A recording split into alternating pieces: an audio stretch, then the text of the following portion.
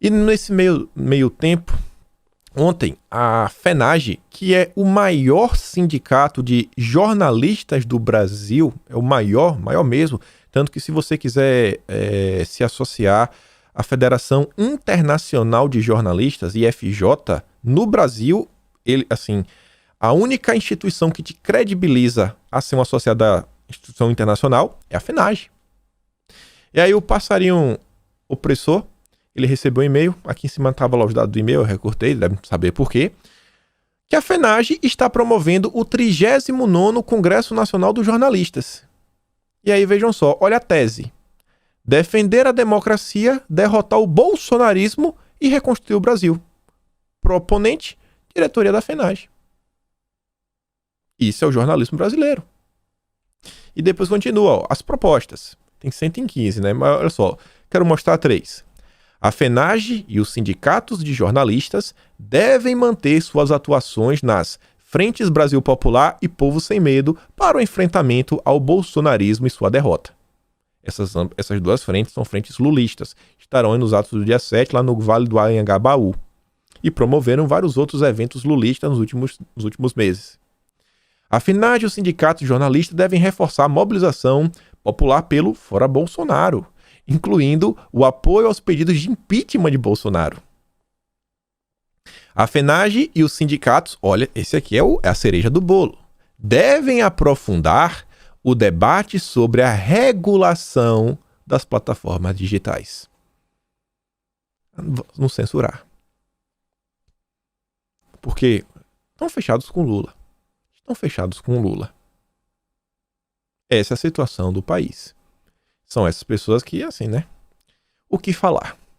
Só quem pode trazer a verdade são eles. Ainda que sejam verdades à la Diegues Costegui, Diogo Mainardi, Folha de São Paulo. Esse é o país que nós estamos vivendo. E a gente está construindo isso daqui tudo para a gente falar da questão que envolve os vetos de Bolsonaro. Mas antes de chegar lá, para você ver, Hélio Beltrão, junto com outras pessoas, criticaram aí algumas coisas, principalmente assim, como podemos falar, né? Temos que medir as palavras. Pô, o Xandão apareceu, chega, eu tenho que pensar, como é que eu vou falar? Vamos falar assim, né? Os problemas que vêm sendo apontados na questão de liberdade de expressão. Tá bom assim, né? Acho que não dá para ser preso. E aí, vejam só, os signatários veem relativização do direito à liberdade de expressão e liberdade de imprensa. Citam investigações, quebra de sigilos e até bloqueios de meio de financiamento de veículos e formadores de opinião, sem que existam, na maior parte dos casos, indícios concretos de ilegalidade. Essa matéria eu fiquei feliz e eu acho que vocês também deveriam ficar, porque não foi uma matéria assinada por empresários bolsonaristas e tudo mais. Dessa vez tivemos pessoas, não é que eles são assim libertários, que são pessoas que têm uma tendência a ser anti-Lula, né, antipetista, mas não é bolsonarista, não. Dessa vez temos pessoas de oposição, real oposição. Como vocês podem ver aqui, ó, o Movimento Livres. É tipo um Renova BR. Inclusive já pediram o impeachment de Eduardo Bolsonaro no passado. Estavam aqui, assinaram essa carta. Tem também o Rogério Schecker, que é do Vem Pra Rua. Fechadíssimo com Sérgio Moro. Foi candidato ao governo do estado de São Paulo em 2018 pelo Novo. Fechadíssimo com o antagonista. Já fez parceria com a Empíricos. Também assinou. E aí, pessoas que estão nesse meio termo, como por exemplo o Rafael Lima, é um libertário aí. Tem o Gabriel Cana, do Brasil 200, um grupo importante, empresários aí com bala na agulha. O Hélio Beltrão, do Instituto Mises. Cara, estamos num momento assim que as coisas são tão absurdas que até a oposição já tá falando, cara, ó, tá passando do ponto. Pelo amor de Deus. O Brasil tá virando a Venezuela. E ontem, né, temos as questões aí que envolvem a Lei de Segurança Nacional e graças a Deus Bolsonaro veio e vetou alguns termos, algumas ferramentas, né, alguns itens.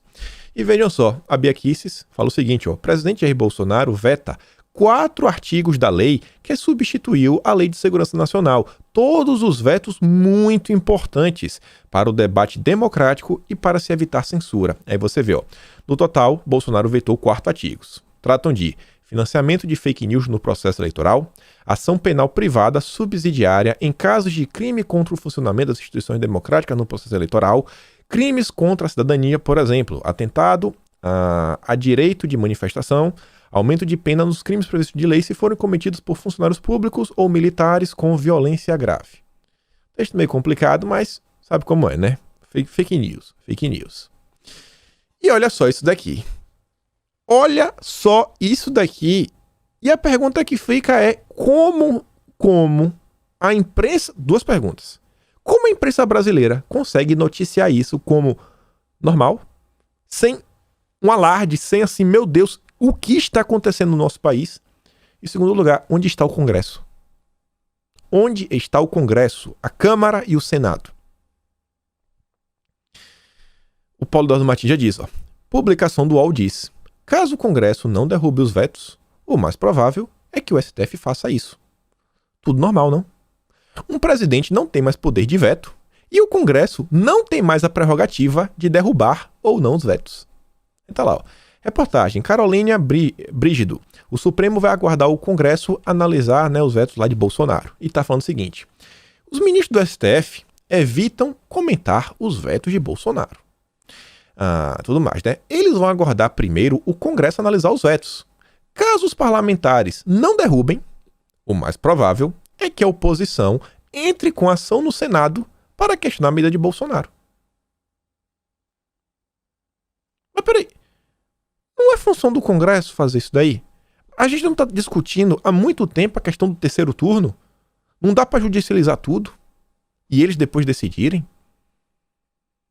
Não é papel do legislativo legislar? Mas vai levar para o STF? Para que a gente tem agora? Então, assim, para que a gente tem um poder executivo? Para que a gente tem um poder legislativo? Se eles podem resolver tudo, na boa. Eu falo isso numa boa mesmo, porque se eles podem resolver tudo, vamos, pelo menos reduzir, né? Tá gastando muito dinheiro. Vamos tirar os assessores. Pode deixar aí os deputados. Tira assessor. Pra quê? Tá de enfeite. Se o Supremo pode decidir tudo, pode ter que gastar esse dinheiro todo com Câmara. Não dá pra baratear então algumas coisas? Ou então a gente transfere. Pega os assessores que o Congresso tem, a gente faz doação. Não, agora vocês todos vão trabalhar no Supremo. Não é possível isso daqui. Não há 3 poderes? Entre os vetos, o mais polêmico é sobre o artigo que criminalizaria a promoção e financiamento de campanha de disseminação de fake news que comprometesse o processo eleitoral. O texto aprovado pelo Congresso Nacional prevê pena de 1 a 5 anos de reclusão para quem incorresse no crime. Imagina, né? Ainda mais num Brasil que, assim, gera muito debate, né? Se a informação era mentira ou não era. Já pensou alguém, você publicou fake news, vai tomar 5 anos de cadeia. Esteja preso. Caso o Congresso não derrube os vetos, o mais provável é que o STF faça isso. Será uma forma de dar respaldo ao ministro Alexandre de Moraes, que conduz o inquérito das fake news e, recentemente, incluiu na investigação o discurso de Bolsonaro que atacou numa live a credibilidade do sistema eleitoral brasileiro. Eu não sei o que falar, mas sobre... assim, me faltam palavras, adjetivos.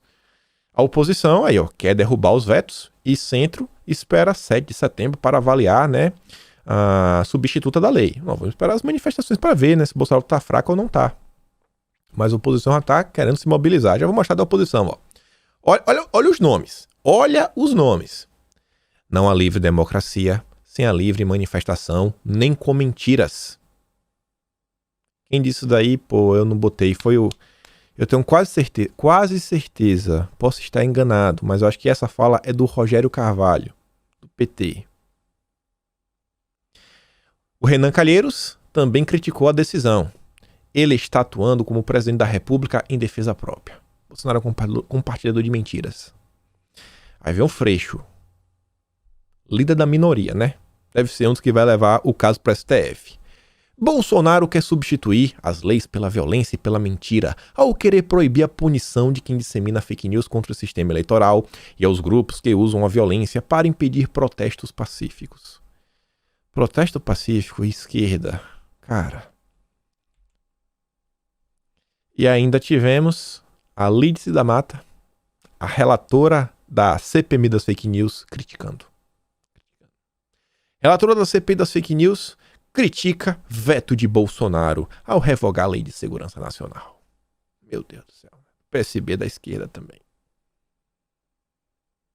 Como é bom ter um presidente, né? Como é bom ter um presidente. E aqui ainda é bom para demonstrar como Bolsonaro não é, né, onipresente, onipotente, porque ele só pode vetar. Se a maioria do Congresso quiser derrubar o veto de Bolsonaro, eles podem roubar. E aí, fazer o quê? Vai fazer o quê? Essa lei também foi feita pelo Congresso, não é o Poder Executivo. Se derrubarem o veto e tudo mais, ó, já vou fazer uma previsão. Se derrubarem o veto e tudo mais, vai vir a turma falar, aí, Bolsonaro, não tem força nenhuma, apoiou o Lira, traidor, tomou 1-0, blá, blá, blá, toda aquela conversa. A culpa no final vai ser de Bolsonaro, não do Congresso. Não das pessoas que elegeram pessoas como Rodrigo Maia, Marcelo Freixo, Renan Calheiros, toda a turminha, né, gloriosa da esquerda.